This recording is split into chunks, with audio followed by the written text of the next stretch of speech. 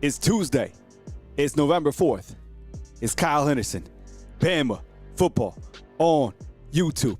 Can I get a roll tide up inside the comment box? Good morning, fam. I appreciate y'all being here. Thank you so much for kicking it with me this morning. It is LSU week, another pivotal game in the SEC. Alabama controls its own destiny. Today on the show, we will pipe in Coach Kalen DeBoer, offensive coordinator Ryan Grubb, as well as defensive coordinator Kane Womack, get their take from yesterday going into this matchup with LSU under interim head football coach Frank Wilson. We'll also go over some stat lines between the two teams. A couple things that I want to definitely point out to you. Alabama basketball in action last night. Were you able to watch that game as Alabama took it to North Dakota in its season opener? A lot of freshmen involved last night in Alabama basketball. You know, it was an experience for me because of this whole YouTube TV and Disney dilemma. And I know you're probably in the same boat, and I know that we're trying to figure out how to navigate our streaming every single day. What I found out last night was, so this is kind of where I'm at. And good morning to everybody. I'll give some morning shout outs in just a minute. So I ended up downloading the ESPN app, which I obviously have, right? But I signed up for ESPN specifically. So now I have, or Disney. So now I have YouTube TV.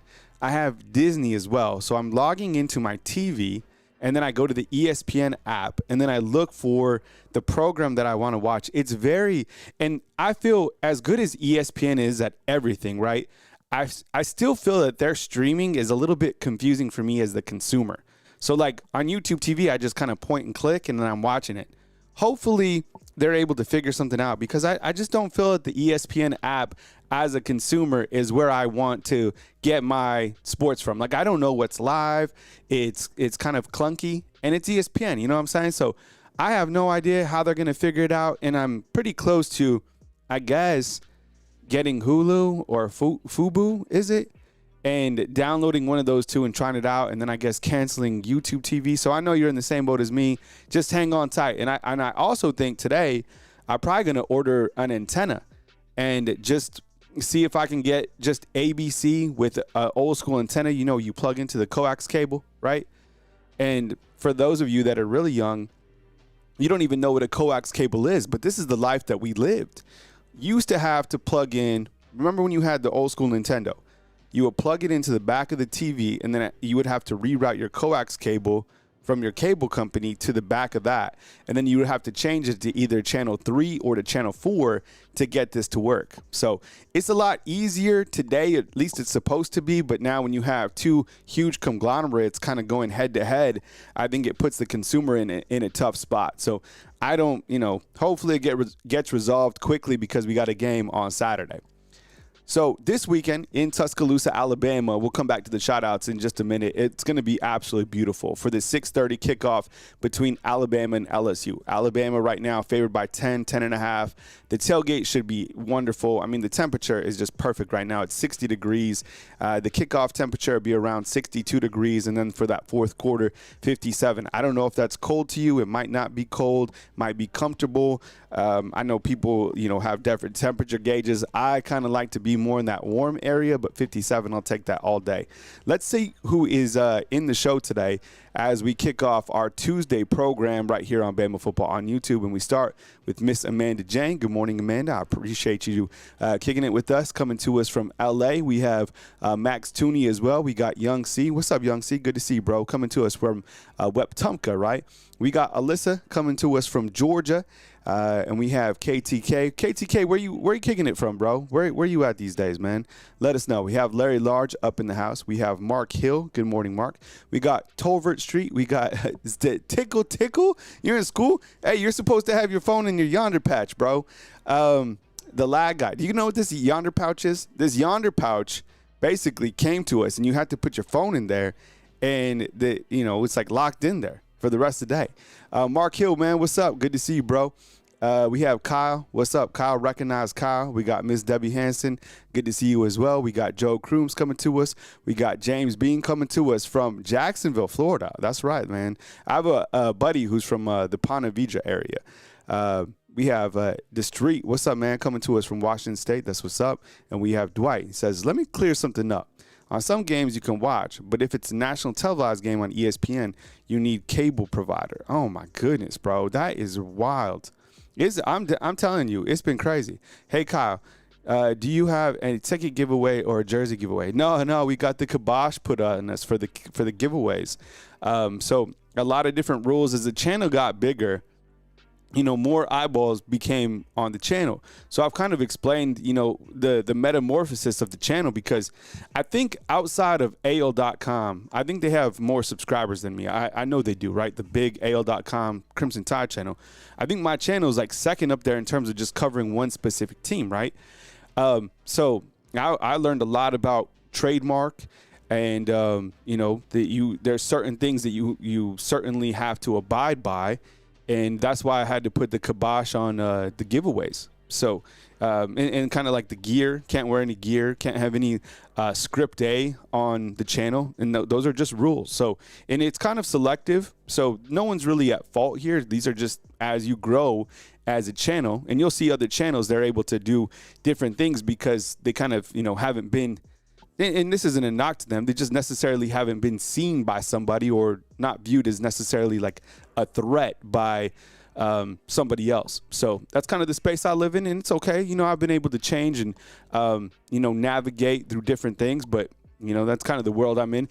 And I think with that, I kind of imagine that I kind of like metamorphosis my own channel into more of college football general, right? So like still having Alabama football as kind of the focal point, but also sliding in, college football because I have to for my own career sake. You know what I'm saying? I mean, if I'm not able to, get access to Alabama, via, different avenues, then I have to start doing other things to literally put food on the table for my family. So, it's kind of crazy because I can get credentials to like the SEC championship game, because it's not through the university. I can get credentials to like the college football national championship game. So, but it also depends. Like it's also very expensive to travel, go to these events, stay in the hotels, cover the games. Plus, I can't be live when I'm at those events. You know what I'm saying? So you kind of have to pick and choose, and it's okay. I'm learning as I go. I don't have ill will to anybody in that space.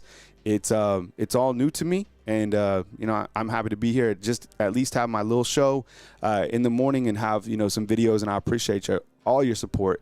And thank you for always kicking it with me. So, and I'm always kind of, changing gears. It's okay. It's all good. If you want to support the YouTube channel, there's many different ways. You could definitely hit me with a super chat. You could join the YouTube channel experience by hitting that join button.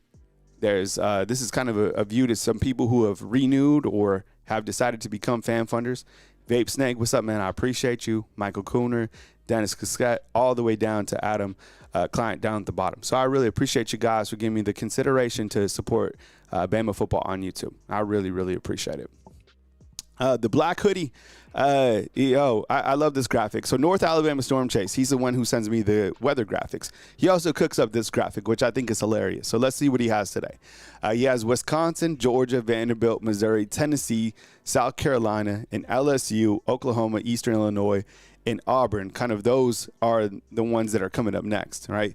He has Brian Kelly there in the back right saying good luck. He has Brett Venables and waiting on the Clemson job. Come on. And then Hugh Freeze, he might be at Toomer's corner. That's hilarious. Isn't it amazing that as soon as he put on this black hoodie, he really transformed to somebody else. And you talk about like metamorphosis and like changing of the seasons. We've certainly seen that from Coach Kalen DeBoer as well. And I think the more that he's kind of grew into, where he is right now as a man, as a coach, as a leader, you're starting to see really that competitive spirit that we are always kind of questioning. You're starting to see it really kind of come out. And the players are like, man, he has it. He's the guy that can get us up. And sometimes we didn't see that from the outside because he is a very nice man, right? It seems like he's very approachable. I personally have never met him.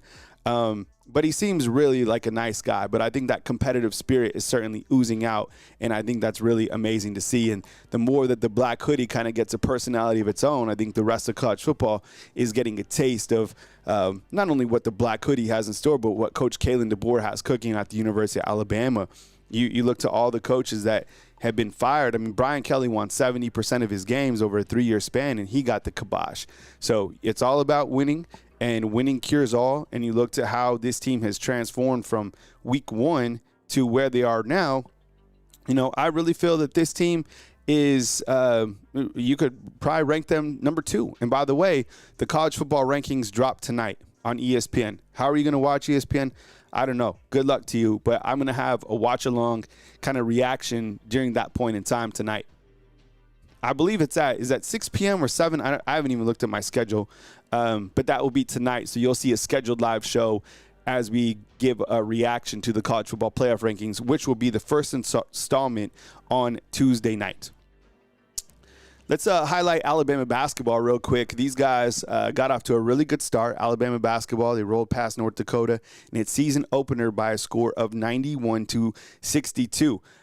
Did you have a chance to watch this game? I was able to check them out on ESPN, on the app. And here are my takeaways. I kind of circled the box scores. You know me, I'm very analytical. I love numbers. So start up top with Amari Allen, a freshman. He had 12 points. He had 7 rebounds. He was 2 of 6 from three-point land and had a block. I thought he had 2 blocks, but they only gave him 1 block, I guess. LeBaron Philon, this guy coming back, I don't know if you've had a chance to really, get inside Alabama basketball. I'm sure you have. LeBaron Philon, man, he might be one of the best basketball players, not in the SEC, in the nation. I think you probably already know that, but watching him last night, this guy is heads and shoulders above everybody else.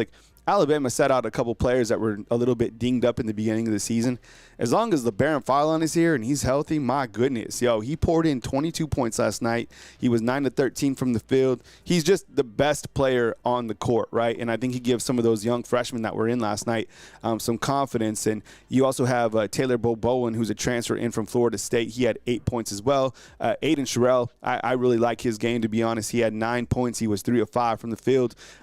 Houston Mallett, very, very talented player, 15 points and 8 boards. I think he's only 6'4", 6'5". So to see him grabbing 8 boards, which is the most on the team, which is kind of interesting to me. You have London Jameson and you have Davion Hannah, right? Those are freshmen. 12 points, 9 points respectively. So Alabama got off to a really good start, able to beat North Dakota 91-62. And up next for the Tide, this will be interesting, but they play number 5 St. John. Okay, so if you're into Alabama basketball, coming up on November 8th, Alabama St. John, that's going to be that is a Sweet 16 Elite 8 type match, right? St. John is number 5. Alabama is number 15, which I feel Alabama a little bit low right now still, but that's okay. So you have Alabama, St. John, November 8th, which should be one hell of a matchup, all right? Okay, so tonight, as I mentioned, you have the college football playoff rankings. The college football playoff rankings first installment will be released tonight. Can somebody check the time for me on this? Is it 6 p.m. Central Time or is it 7 p.m. Central Time? And what you're going to have here is not the final rankings, right? These aren't the final rankings. It's kind of rat poison. Coach Saban doesn't even watch this because he's just when he was coaching here, because it doesn't matter, right? You go and lose this game, everything changes. But I think it gives us a first good idea of where the seating committee, which is still the weirdest thing in the world. Thank you, Brady. It's at 7 p.m. Central Time. A group of people get into a room and decide the fate of all these teams and all the conferences that don't even play the same amount of games, that aren't weighted the same, that some teams don't even have a conference like Notre Dame. And these people get into a room and they decide the fate of these teams. It is ridiculous. This is the only sport in the world that this happens, and the only sport in the world where the conferences are not the same. So what I am eager to see is where they place the top 4 teams, because I think it'll show us what is more important to the committee. Is it more important for the committee to just win the most games, period? Or is a schedule weighted based on the opponents you've played? And I'm really talking about Indiana and Alabama. And look, at the end of the day, if they're both top 4 teams, so be it. I just want the rest of the teams, and all teams included, to be able to understand that, look, it's a gauntlet of a season. Playing in the SEC is obviously the most challenging conference in college football, and I'm fully aware that the last 2 champs have come from the Big Ten. I understand that. But the overall talent from head to toe in the SEC is much deeper and harder to win games at than any other conference in college football. Therefore, my reasoning, and I gave some last night on the nightcap if you're able to watch it, is I feel that if you put the resumes down, okay, and I understand Alabama lost the first game of the season. I'm fully aware of that, to a team that has pretty much fallen off the map. But the body of work that Alabama has had since that point in time, I feel, is stronger than one strong win from Indiana. Other than that, what is Indiana's top win? People keep saying Illinois. Yeah, Illinois, I don't even know if Illinois would win 2 games in the SEC. In fact, you know what? I'm going to say this, and this is crazy. I feel that Auburn would probably beat Illinois. So that's kind of, look, and here's Tickle in here. It's saying maybe the same thing. I just feel that Illinois is not a quality win. So you have Indiana with just 1 quality win. I get it. And you could say the same thing for Ohio State. Ohio State right now is living off a win over number 1 Texas. Well, we've seen how Texas has played throughout the season. In fact, I do have Texas right now in my playoffs.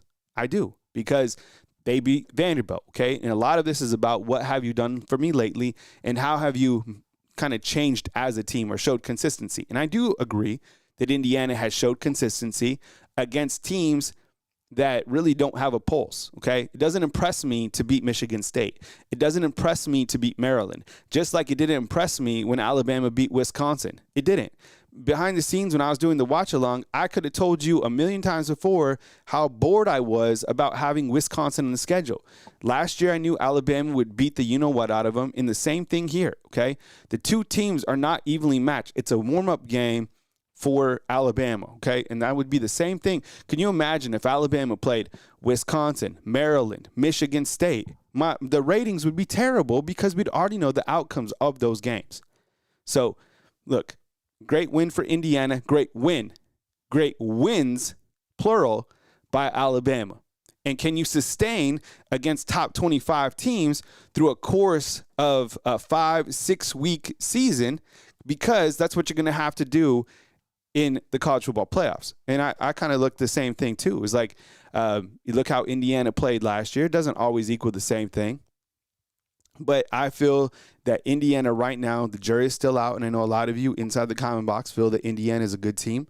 But I want to see what the playoff committee does tonight in regards to where they're seeding the teams. Because if they put Indiana above Alabama, it shows you that it doesn't matter the quality of competition that you're playing. All that matters is wins. And then that can kind of carry us over into the rest of the teams, right? And you look to a team like BYU. A team like BYU should not be in the rankings tonight. They really shouldn't. And I know, I don't know if we have any Cougar fans in here, but where would BYU be? Let me ask you this, okay? Would BYU, no, let me put it like this. Would BYU beat Vanderbilt? Who wins? Sound off inside the comment box. Type B for BYU, type V for Vanderbilt. B for BYU, B is in boy, Vanderbilt, right? Or V is in Vanderbilt, inside the comment box. And I think if you're answering Vanderbilt, then you're probably looking at getting maybe 6 teams in the playoffs from the SEC, right? Where would Texas Tech be? So, kind of looking at the college football playoff rankings tonight, it's going to be interesting. And my last thing is Notre Dame. It's like Notre Dame has 2 losses. They lost to Texas A&M and they lost to Miami, and they lost to A&M by 1 point. But other than that, Notre Dame has pretty much can put it on cruise control the rest of the season, and they don't even play in a conference championship game, right? So Notre Dame, I think, will definitely be in with 2 losses. The interesting point, though, is you have to take an AAC team. The highest ranked team would probably come in from that conference, probably be, I don't know. I know they're not on the board right here, but like a Memphis or North Texas or something like that. So here's how I have it ranked right now. These are my rankings. These are based off the criteria, but like, and I said this last night and I'll say it again. Like if Josh Pate was the college football, or when he is the college football commissioner, right? And if he was to ask me to like put in my rankings and be like, Kyle, here's your piece of paper, all right? Fill in the rankings. Then I would say, all right, Commissioner Josh Pate, this from covering college football and with the focus on Alabama, but also watching all the other football teams, here are my college football playoff rankings. Commissioner Josh Pate. And I said this last night, and he'd asked me about Alabama, and I'd explained to him already, I explained to you, that more quality wins are better than one quality win, right? I think Indiana's win over Oregon is more impressive than Texas A&M's win over Notre Dame. If you kind of open up the hood under Texas A&M, this is a good football team. And I think Texas A&M has a great quarterback, and I think they're going to be challenging for anyone that they play. And pretty soon you have Texas A&M and Texas playing. But if you really kind of go under the hood, and thank you so much, Joe Cole, for the super chat. I really appreciate you, dog. That's a cool little wolf we got over here, whatever this is. A coyote? What is this? But I think if you lift open the hood of Texas A&M, who else have they beaten? Seriously, I'll wait on the other line. Who have they beaten? Okay, LSU. Okay. Notre Dame. Okay. Who else? They don't have a lot of wins to stand on. Now, it's a damn good football team for sure. But you could also kind of argue they're kind of like almost like this in the same category as Indiana.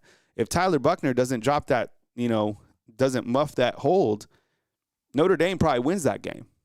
And it looks like that could be a coyote. I don't know. But that's a super chat, so we'll leave it on the screen. I have Georgia over Ole Miss because Georgia beat Ole Miss head-to-head.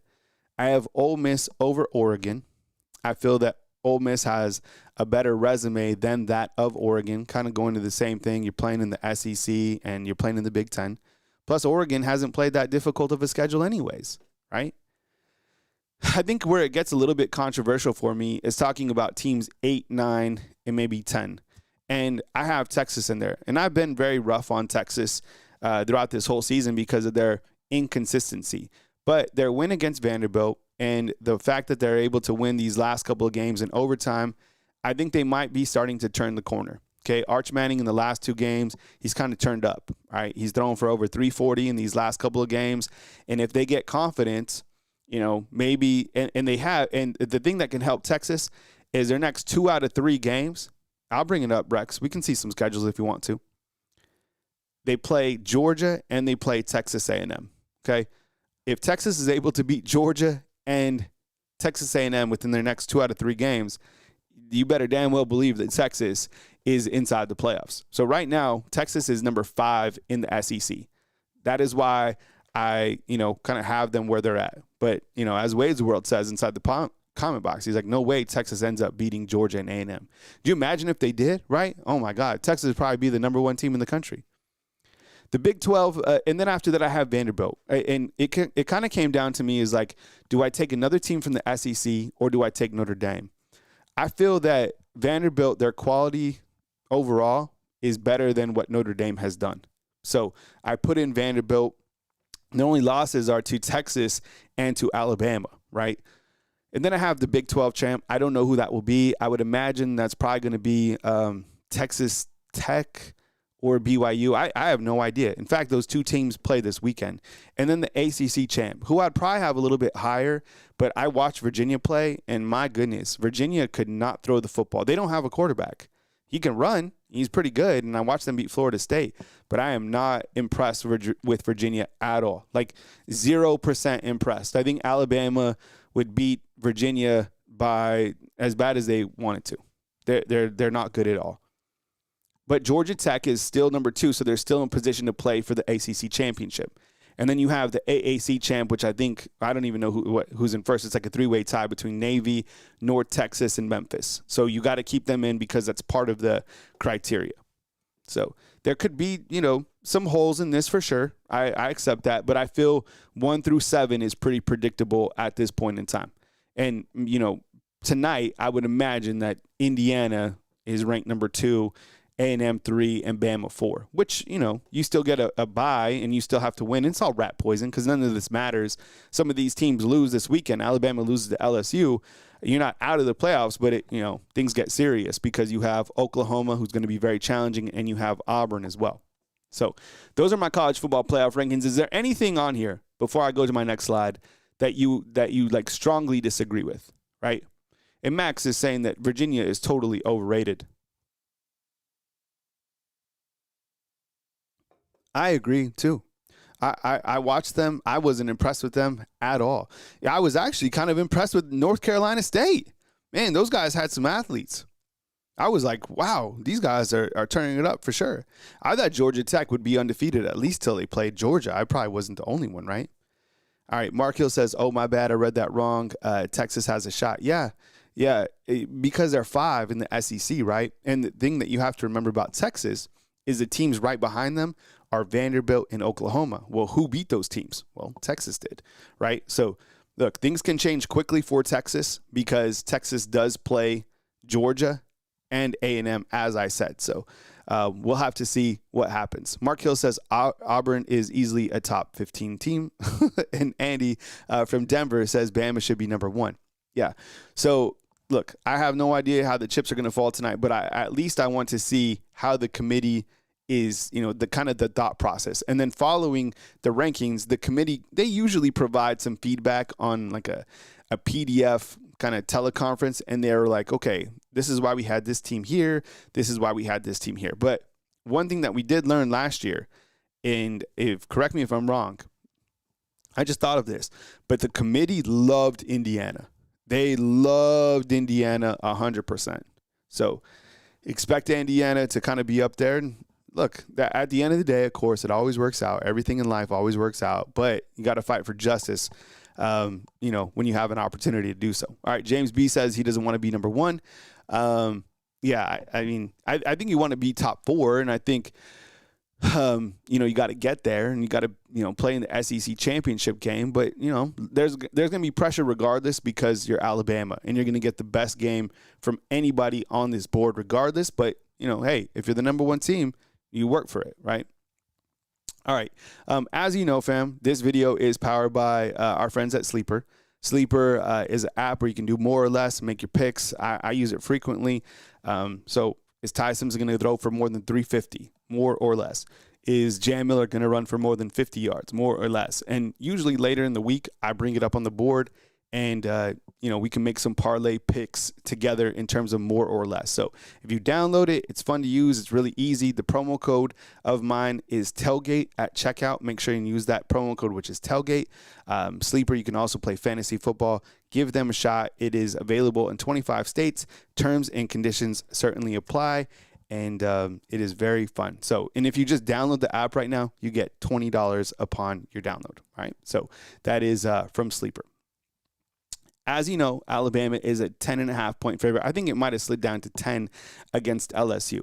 LSU is clearly a team coming in that doesn't have a coach, but I think is a dangerous football team. And I think sometimes teams that, and I don't know why this happens, but usually, and we've seen it recently, a team that loses head football coach, they kind of respond positively to that adversity. And a guy like Frank Wilson, I was watching his press conference yesterday.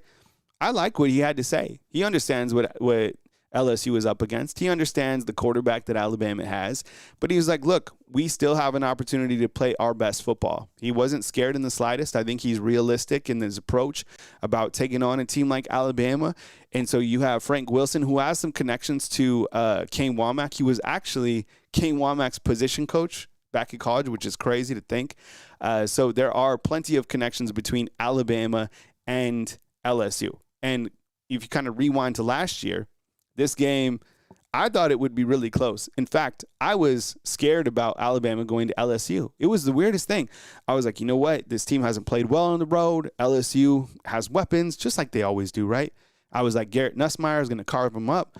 Well, Jalen Milroe, who remembers this game? And thanks so much for the super chat, Wade's World. He says Ryan Williams will end up over 1,000 yards. We'll have to see. It's going to be, he has 7 games to do it. So I'd take the over on that. It'd be close. I'll take the over, though. You remember this game? Remember when Jalen Milroe went absolutely crazy? Look at it. He ran for 185 yards last year, threw for only 109. Do you imagine if Ty Simpson only threw for 109 or if he ran for 185? It doesn't matter. There's a million ways to carve up a cat, right? And, Milroe going for close to 300 yards last year and 4 total rushing touchdowns as Alabama ran through LSU 42-13. Look, they held Garrett Nussmeier last year, 239 yards. He was 27 of 42 with 2 interceptions in that game. So last year you saw Alabama just kind of explode against the Tigers. And this year, when you look to LSU overall, there was a lot of, expert, I guess, analysts that had LSU winning the championship game. And when I kind of go back to that, I was like, man, I knew that LSU at some point in time would have a crash out. I just knew that Brian Kelly, this is kind of common theme for him. And this is a look at how they have fared this year. So they won that game against Clemson, and I think a lot of people were quick to jump on board and were like, look, that's a great win, which it was at the time. And they were like, look, this LSU team's going to get ready to do work. They beat Louisiana Tech. They beat Florida, which is a good win. Southeast Louisiana, and then they lost to Ole Miss. And at this point in time, I look, and that's not even a terrible loss at this point in time, right? You're like, okay, what's really terrible about this schedule? 24-19. Well, they beat South Carolina, and then they lost to Vanderbilt, another really good football team. It's a ranked opponent. And then they got beat badly by Texas A&M and eventually fired Brian Kelly. So here they are with an open week now prepping for the number 4 ranked Alabama Crimson Tide. It's amazing to me to think about all the college football openings, right? LSU, Florida, Arkansas, Auburn. I mean, those are just in the SEC. Penn State, UCLA, Oregon State. I feel that whoever takes over these next jobs, what are they expecting these coaches to do? And I say that because, did they really feel that Brian Kelly was going to win 80 or 90% of his games? I mean, if you look at this schedule right here, it's not like you're like, okay, yeah, you lost against the ranked teams, but you have a win against Clemson. You won 70% of your games. You won 3 bowl games. But, man, it's pretty amazing that kind of the standard of the SEC right now is if you don't win 90% of your games, right, you're going to be on the hot seat. I mean, that's just regardless. And I have no idea. Have we even figured out, are we getting closer to figuring out who LSU hires as its football coach? If you had to choose, just who would you say is going to be the next head football coach at LSU? I mean, is it John Summerall? Seems like a name that's going to coach at everywhere. Same thing with Lane Kiffin, right? I don't think it's going to be Kiffin at all. I don't think Kiffin leaves Ole Miss. I really don't. I think it'd be a lateral move to Florida and probably a lateral move to LSU.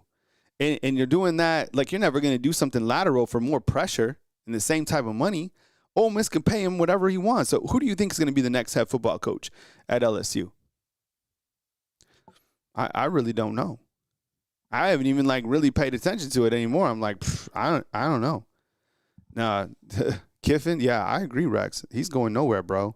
James B saying Kyle Henderson, no, I don't want that job. No way. The lag guy says he'll take it. See, but I can see from the comments, it's like nobody really knows who's even really a realistic candidate on that hot board. And I understand kind of the specifics there is that the governor is involved in kind of choosing the next head football coach. Is that right? That's a very interesting situation over there. So who knows who will take over LSU? I don't even know who will take over Florida. It sounds like maybe Eli Drinkwitz, right, from Missouri. That could be a lead candidate. And it sounds like people talking about, for Auburn, possibly James Franklin. If Auburn chooses James Franklin, they're going to be in the same type of boat. You think, and I get it, James Franklin, he's been around different places. And I like the guy. I do like his takes. I've nothing against anybody personally. But as a coach, I think you'd be in the same position, right? Same position, just my opinion. All right, here's a look at Alabama. I'm going to play Coach Kalen DeBoer, Ryan Grubb, and Kane Womack some excerpts in just a minute. Let me run through a couple things, though, because we really haven't looked at the stats kind of going into this season after the bye week. So here's Ty Simpson up top. What stands out to you the most about the stats that are on the screen. 8 games played. Ty Simpson, 162.6 rating, 2,100 yards, 20 touchdowns, right? 1 interception. Clearly, those stand out to me, right? It's like 20 touchdowns and 1 interception. And I'll tell you another thing that certainly stands out to me when looking at this graphic, and I'm just being honest. The fact that Keelan Russell has only played in 1 game and thrown 6 passes this year, right? Could someone look this up real quick?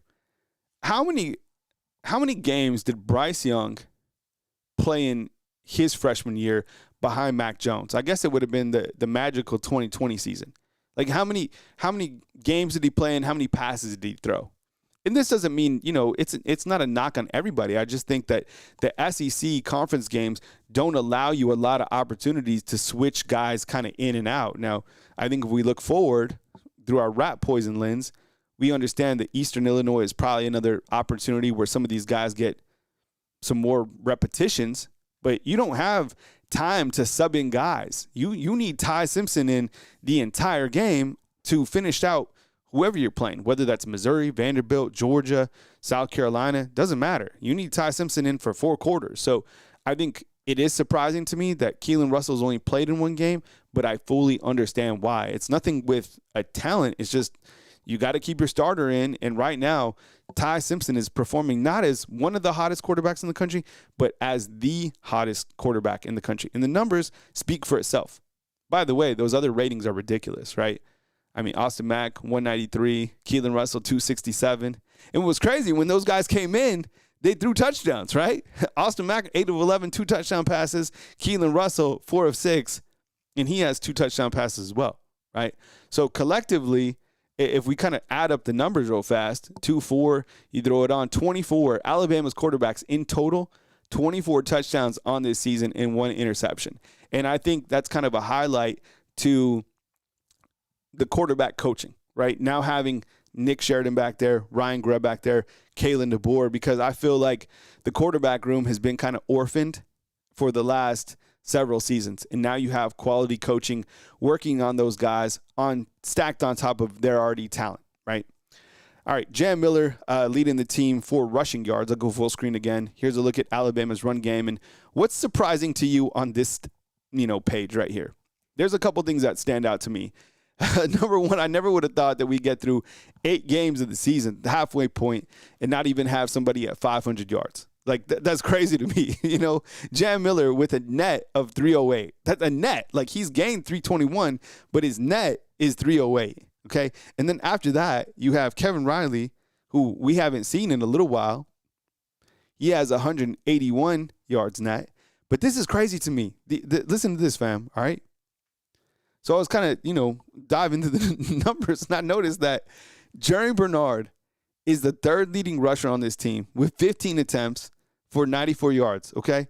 And then after that, you're like, okay, well, it's Daniel Hill, right? No, it's A.K. Deere, who's played in just 2 games and who has just 7 attempts for 85 yards, right?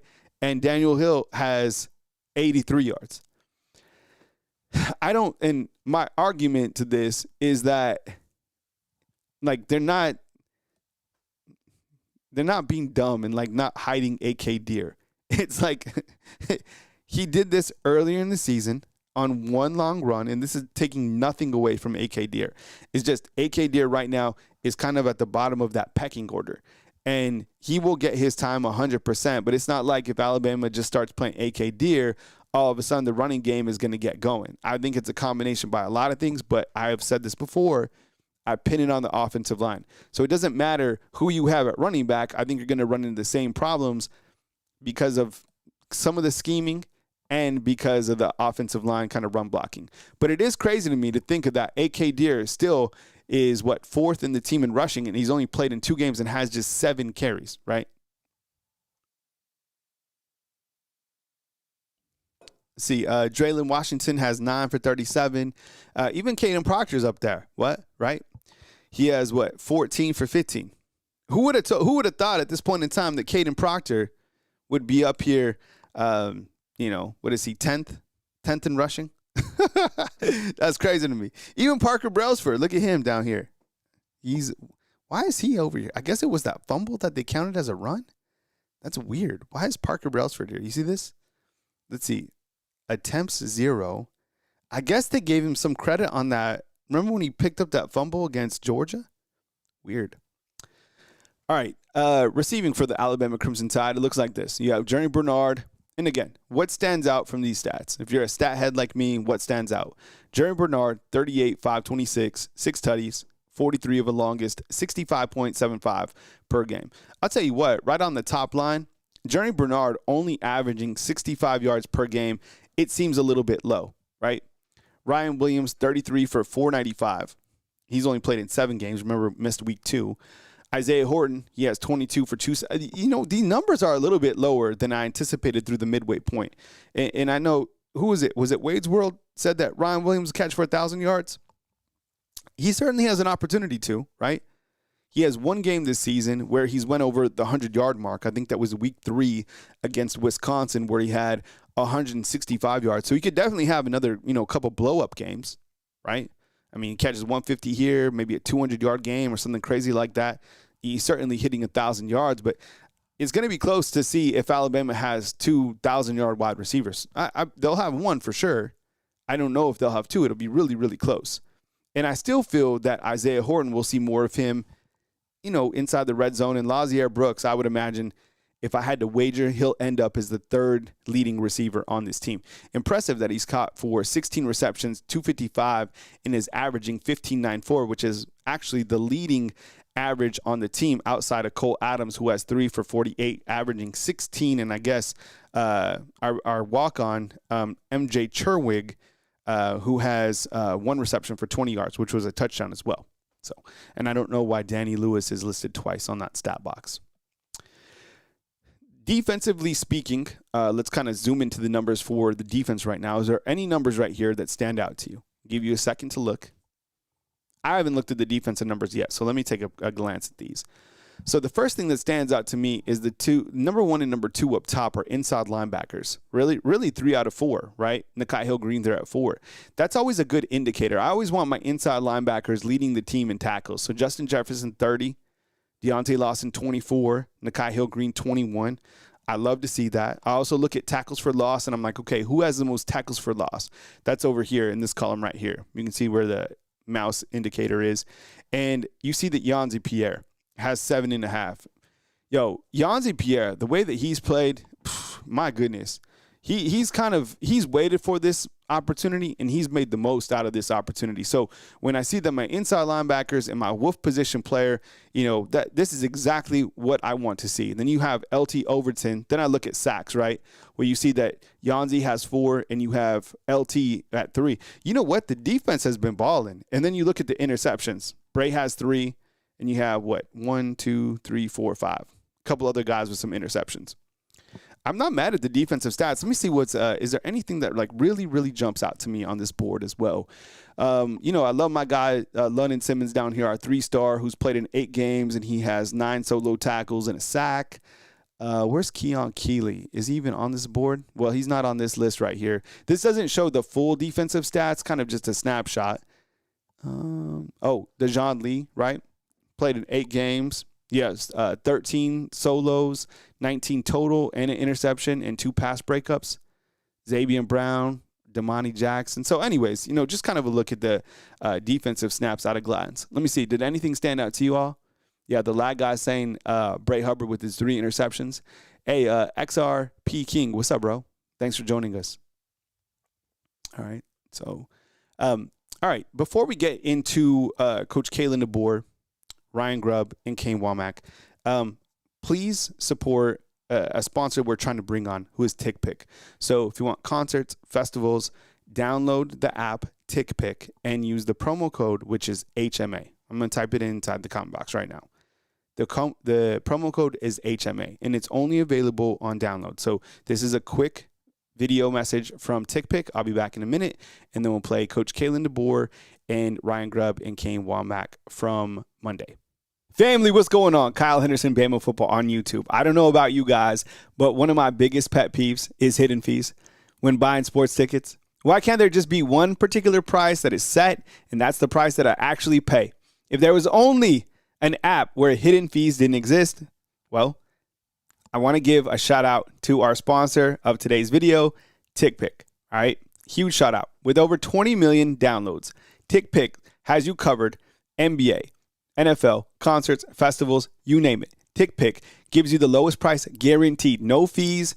What you see is what you actually pay, okay? And of course, I have a promo code for you. You can use the promo code, which is HMA, for $20 off your first set of tickets at TickPick with the purchase of more than $100. That's $20 off any tickets with the promo code HMA. Make sure you click the link in the description box and you download the app and have the code automatically added to your account so you can use it later. Thank you, TickPick. All right, fam, that's our message from our good friends at TickPick. And now we'll navigate into Coach Kalen DeBoer and the rest of the crew from yesterday at Monday's press conference. And we'll start with Kane Womack. And Kane Womack, I think he's been doing a really good job for Alabama. I think if, you needed the defense to kind of hold the rope, they've done just that. So I love to see it. And I think we've been critical of the defense at different points of the time, at different points of the season, usually kind of during that beginning portion of the season, but they've kind of limited the chunk yardage plays. They've helped Alabama win games. They've came up with big play time and time again. Here's Coach Kane Womack, defensive coordinator yesterday, courtesy University of Alabama, talking about LSU in his opener. Looking ahead to LSU, this is a very dangerous football team. They are as explosive as we have seen. This is as talented of an offensive skill group that we have seen with a very experienced quarterback. I think you watch Garrett, where he was a year ago to the decisions that he's making now. He does a better job of making throws under duress. He does a better job of taking care of the football. He's got some real toughness and moxie to making critical throws, even when it's not a clean pocket. You look at their tight end, he's probably a top 10 pick in the NFL. I mean, he's a truly elite football player.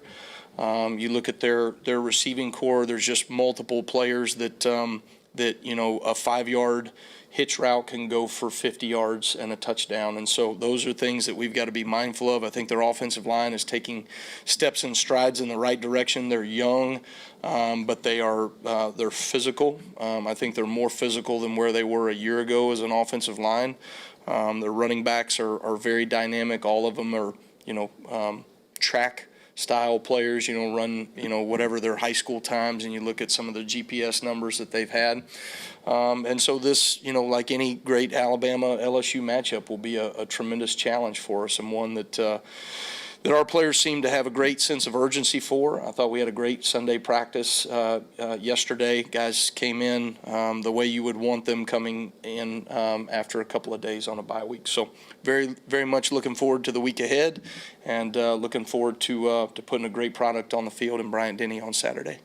Yeah, I mean, as Kane Womack mentions right here, you look at Garrett Nussmeier and you kind of look at the quarterbacks that will enter the 2026 NFL draft. I think he'll be one of the quarterbacks that goes off the board in terms of a pocket-style quarterback.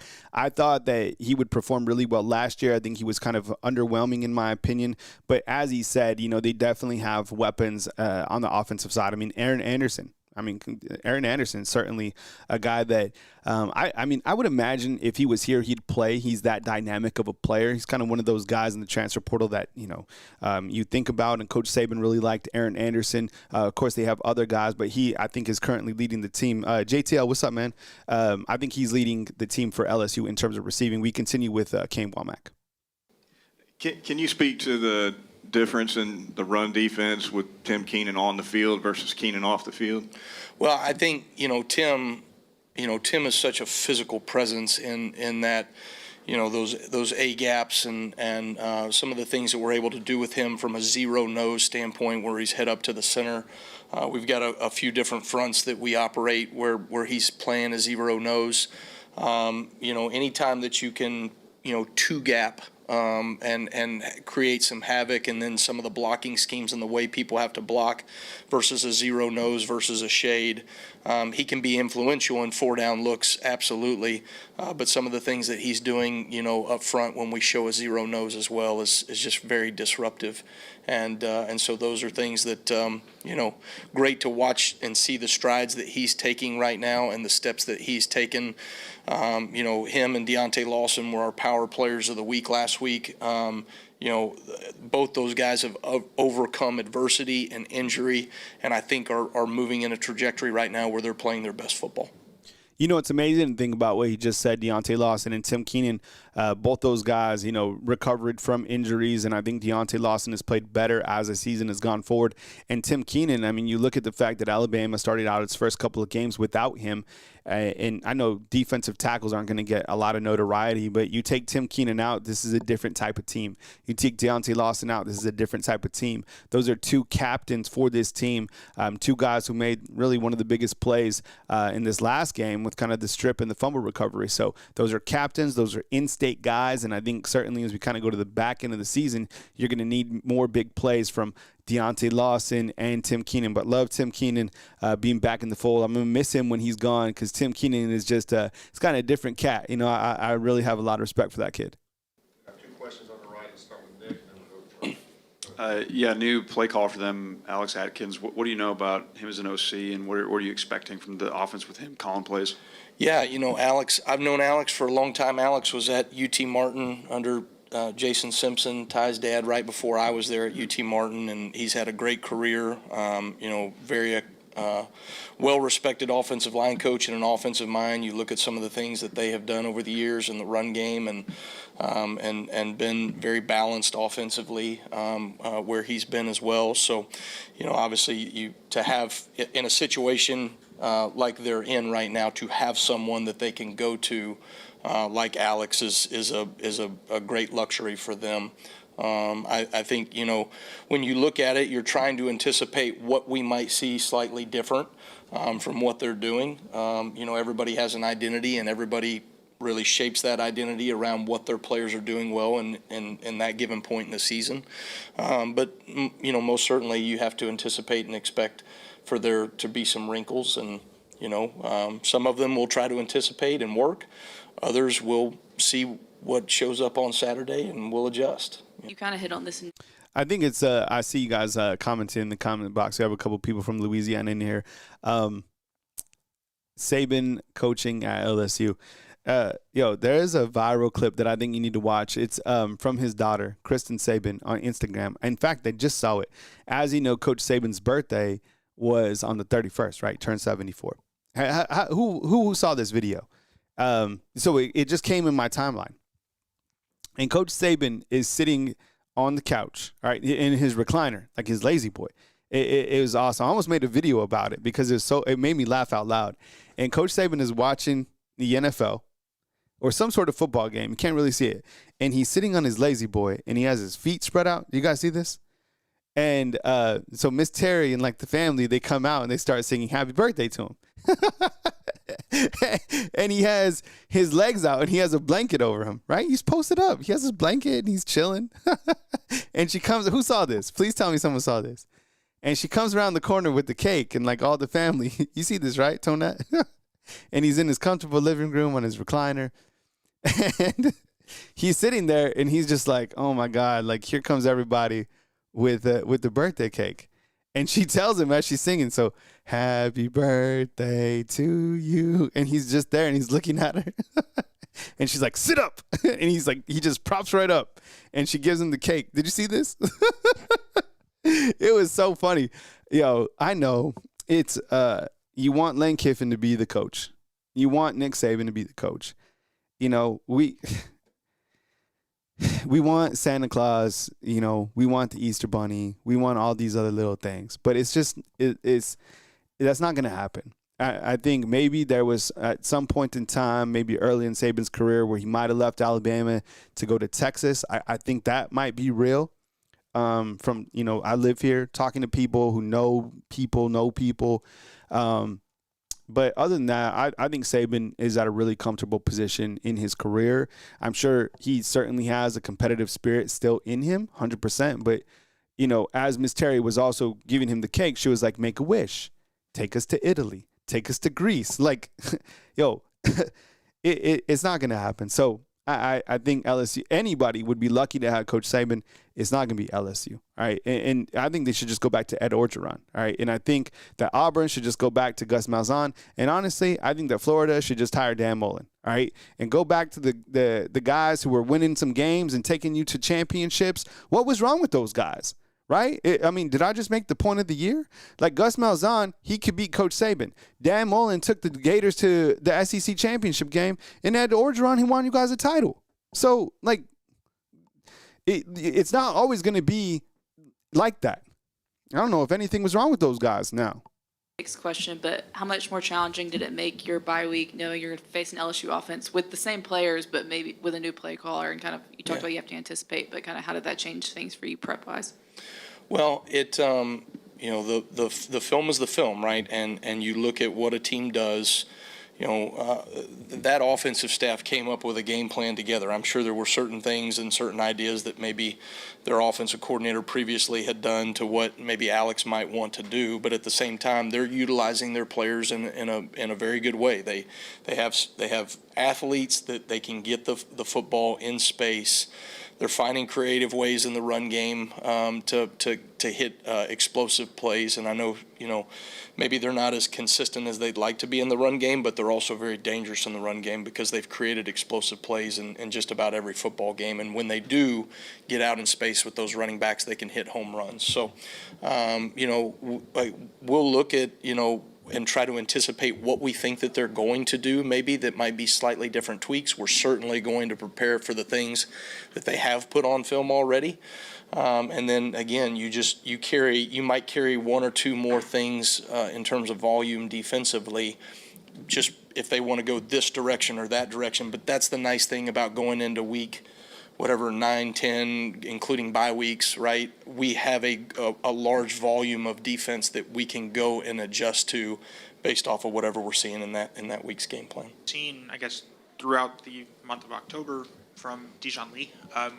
Got a lot more playing time. How has he progressed? What other steps do you want to see him? Yeah, I think Dijon, you know, young players, right, in big moments, some of it is just overcoming the moment. And I think, you know, think about Dijon. I mean, the very first play of his college career, right, against Florida State, he gives up a big bomb. You know, you see some guys that can wreck them for weeks on end, and he just went right back to work and has made plays, plays on deep balls downfield, has made plays on situational downs for us. I think he's very physical in his presence in the run game. I think, you know, he's continuing to just sharpen his tools in terms of what he's doing fundamentally. He has a much better understanding of what we're doing schematically. He's a great communicator for a freshman out there on the field. I think he does a really good job communicating with the linebackers and safeties out there. And so he is taking the steps in the right direction that you would want for a young starting corner to take.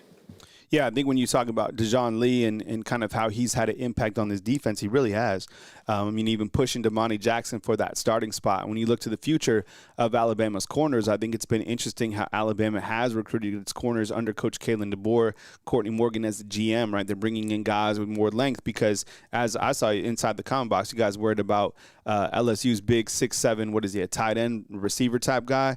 That's just the game of college football, right? You're going to put your guys who are taller, who are more athletic on the offensive side of the ball. So I think having somebody like Dijon Lee, maybe a Jordan Edmonds in the future, Jordan Edmonds is like 6'3", 6'4" as well. So, I mean, the length at that corner position certainly so important, and love to see it with Dijon Lee. I think we got one more excerpt from Kane Womack before we go to Ryan Grubb. Let's go to Theo on the far left. Coach, we've seen some big moments out of Yanze making the most out of his opportunity. Talk about his growth these past couple weeks, and then what do you think we can expect out of him as Roussel works his way back onto the field for you? Yeah, I think Janze is taking steps in the right direction, and just becoming a more consistent football player, down in and down out. Obviously, you see some of the production in the passing game and his ability to affect the quarterback, but in large part, you look at the Tennessee game, his sacks were because he was doing his job, and when you just do your job consistently at a high level, you're going to create more production for yourself, and so it's fun to watch Janze and the maturity and that he has, how he has grown over the last year and a half, 2 years here that I've spent with him, and he's got a very impressive skill set. And it's always you watch a guy when they do their job more consistently and they're rewarded through production, there's a confidence that you start seeing a player play with, and I think you're seeing that from Janze right now in terms of the confidence that he is starting to play with. There's a confidence in a number of our guys that we're starting to see, and I told our players that's an earned confidence. You've earned that confidence to overcome adversity, to go create production, to go do your job at a high level, and we got to continue to see that. And then certainly I think you asked a question about Quay Russaw. Quay's doing a really good job right now. Our training staff has done a tremendous job with him and preparing him to get back as soon as possible. And he has done a great job of pushing and is hitting all the markers he needs to hit. And certainly we anticipate him to be back sooner than later. Yeah, one last thing before we get to Ryan Grubb is I think the last part, really important in terms of Quay Russaw coming back, won't be available for this game against LSU, but will be back sooner than later. And I wouldn't look to this as like when he comes back, Yanzi Pierre steps off. I look at it as added arsenal of two wolf position players that you can keep fresh, two guys playing at the very high level. I explained it last night. Think about it having like two sports cars that you can just kind of rotate and keep the miles off of and keep fresh. So Alabama has so many weapons, and they're so deep and they're so healthy. That will be a real catalyst to why this team continues to not only win games but goes as far as it can, is because of the quality of depth and the health that they are. And they've kind of been able to sustain this season, to be honest. Yeah, talking to you for the first time since South Carolina, what was your kind of vantage point, how the last few minutes went after the way the game had gone before that? Well, I think I mentioned it before, I just thought our guys, that was probably one of our biggest growth moments of the season, was the fourth quarter of that game. Certainly, that could have been reminiscent of the Florida State game and, the guys not being able to find a way to get it done and make the plays that had to be made late in a football game. And just give a ton of credit to the guys, just the resiliency and the mindset to be able to go make those plays. Because I think it's easier said than done. You can get in a state of mind when things aren't working that you just fall back into, like, it's not going to work. And I thought they, were very coachable on the sideline. I thought their approach to every series was that it was going to happen on this series. So they didn't let, previous failures lead into that next series. And I just, that's the growth that I think this team's had with guys like Parker and Ty, moving into those roles and really establishing, what it was going to feel like when we went back out on the field. And Ty really did a good job leading the guys to the sideline. Yeah, I love that. I mean, you talk about, specific Heisman type moments. Maybe that was one of them, is, games on the line, you're down by 8, you're on the road, you're playing in a hostile environment, student body's about to, rush the field, and you have to stay calm and you have to execute at the highest level. And Ty, let's face it, he didn't have the best game against South Carolina. I think he finished out only 56% or whatever it was against the Gamecocks. But towards the end of the game, when it really mattered, when the game was on the line, this guy operated at the very high level and was able to drive his team down for, the game-winning score. So I think that, like Grubb was saying, that's a lot of growth from not only the offense but also from his quarterback, Ty Simpson. Yeah, just how would you assess Ryan Williams' growth over the last few weeks, both on and off the field? Ryan's been great. He's, I think everybody saw his reaction on the fourth down play where, he had a tough catch and didn't make it, and he'd made so much progress, I think, in the last 2 weeks catching the football. But I think there's there's things in the blocking scheme where Ryan has been more involved in making sure he's on the field when we're running the football as well. And I think Ryan's as hard on himself as anybody. So for us, just keeping Ryan engaged and being here, being in the building, staying active in his preparation. Yeah, I mean, Coach Kalen DeBoer has also asked about Ryan Williams. Everybody's always asking about Ryan Williams, like there's something wrong with him. It's just like, man, it's like, look, you drop a pass. I mean, one time, remember this when Devontae Smith for the Eagles, he was asked after a game, they were like, what happened? What happened on that play? Like you couldn't come down with the ball, and he's like, I dropped the ball. So it's like, all right, next play mentality, and get back to it. I personally have never sold on Ryan Williams. I know there's a lot of people that might have and are hard on him when he does drop a pass or whatever, but just wait. Like his playmaking ability, and it's all going to come in. I would never sell on a kid with that much playmaking ability. Question from the back middle, Alex. There's probably no absolutes, but when you look at the running game, are you seeing a lack of vision? Are you seeing a lack of blocking? Where's the disconnect between what you guys are calling and getting the production on the field? Well, it's all, it's not one thing. It never is, whether it's pass protection, run blocking, all those things work together. So for us, I think, it's runners pushing the hole enough, make sure that we're pressing the cut long enough. It's the type of double teams, it's the execution of the double teams. And so certainly, from the previous question, that's obviously one of the things that we've spent a lot of time on, evaluating types of runs, the type of double team, how we're coaching those things. How we're talking to the guys, the communication at the line of scrimmage, everything was up for grabs. So for us, I think reassessing some of the things that we do well and that we execute at a high level, and that the guys, that it pretty much, suits the runners that we have. So we've really looked at that, and I think the last two practices have done a really, really good job on that. Good morning. Just coming off the bye week, I think it was very productive. Guys got, chance to get their bodies freshened up and mind as well. Yesterday was a great practice for us, full of energy, and getting a chance to dial in the end of the week and going into yesterday on LSU, and just always focusing on continuing to improve. I think that our guys still really believe that that's the case. That needs to be the mindset we always have in our program. But heading into this game against LSU, we expect nothing but their best, a high level of energy. It's going to be a great environment.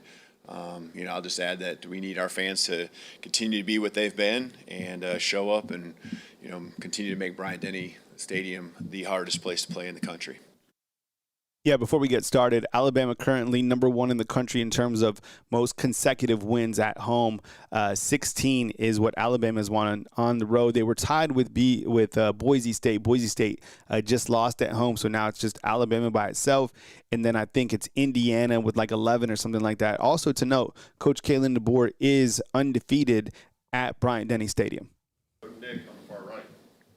Yeah, you've had a lot of successful post-bye games. How similar to the prep that you saw last week and just coming into this week to those successful times?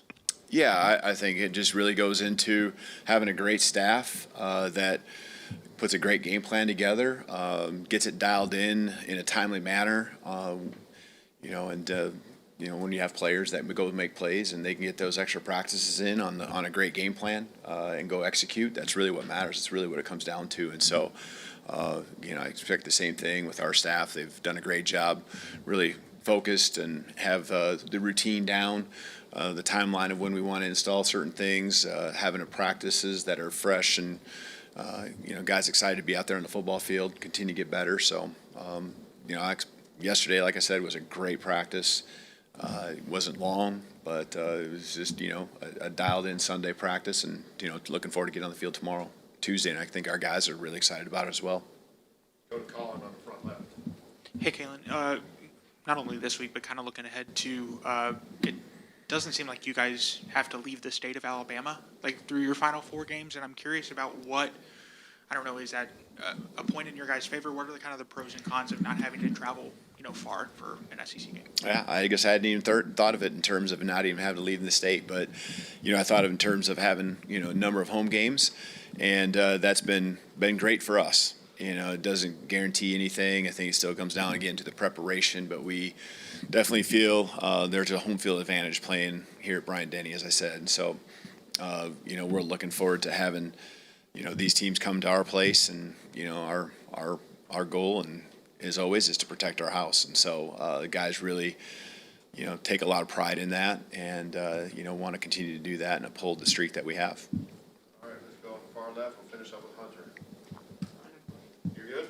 Any other questions? Okay, yeah, let's go ahead and lead race. Coming on your left side. Short and sweet. What sticks out to you about playing LSU? Well, this is going to be a physical game. It was last year. I think it always has been. That's the tradition here. You can see what their team is made up of. It's physical players. I think they got elite skill, both offensively and defensively, whether it's coverage or being able to win on the perimeter and the running backs as well. So, this rivalry goes way back. You do the introduction with our team and talk about I think it was 1895, if I remember right, doing the research, and that's a lot of games that have happened between these two schools, and so we're looking at this as one of those rivalry games that I was told much about when I first got here. So it's going to be, again, a great environment, a lot of pride, both for our program and theirs as well. And we do have, Hunter, you do have Yep. a question on far left. Go ahead. Yeah, sorry about that. Just what have you seen from Ryan Williams' growth over the last few weeks, both on and off the field? Yeah, as I've always said, whenever adversity comes, it's your response. And I think any type of adversity he's ever had, his response is always to go attack. And whether it's coming off of an injury or whether it's coming off of, just him wanting to play better than he did the week before, it's always 100%. He's from a character trait, just humility that he has. He's all about the team 100%. When he really focuses on that and trying to be the best he can, which is really the case all the time, man, it's just so much fun being on the football field with him every day in practice. And, he runs his routes full speed. He's doing the extra work before practice, after practice. No one on our team is ever going to question the work that he puts in and how important it is to him. But, he's continued to attack, just getting better, and I think that's shown up. We're all human, so he's not going to be perfect, but he's really continued to hone in on the things that matter, and I think you're continuing to see him trend up.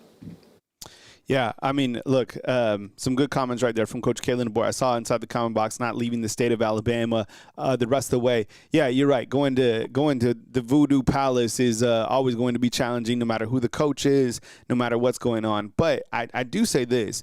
Look, Alabama, as we know, controls its own destiny. And I think because they're able to get to such a gauntlet of a season, you kind of look to the next couple games. Of course, it's a one-game season.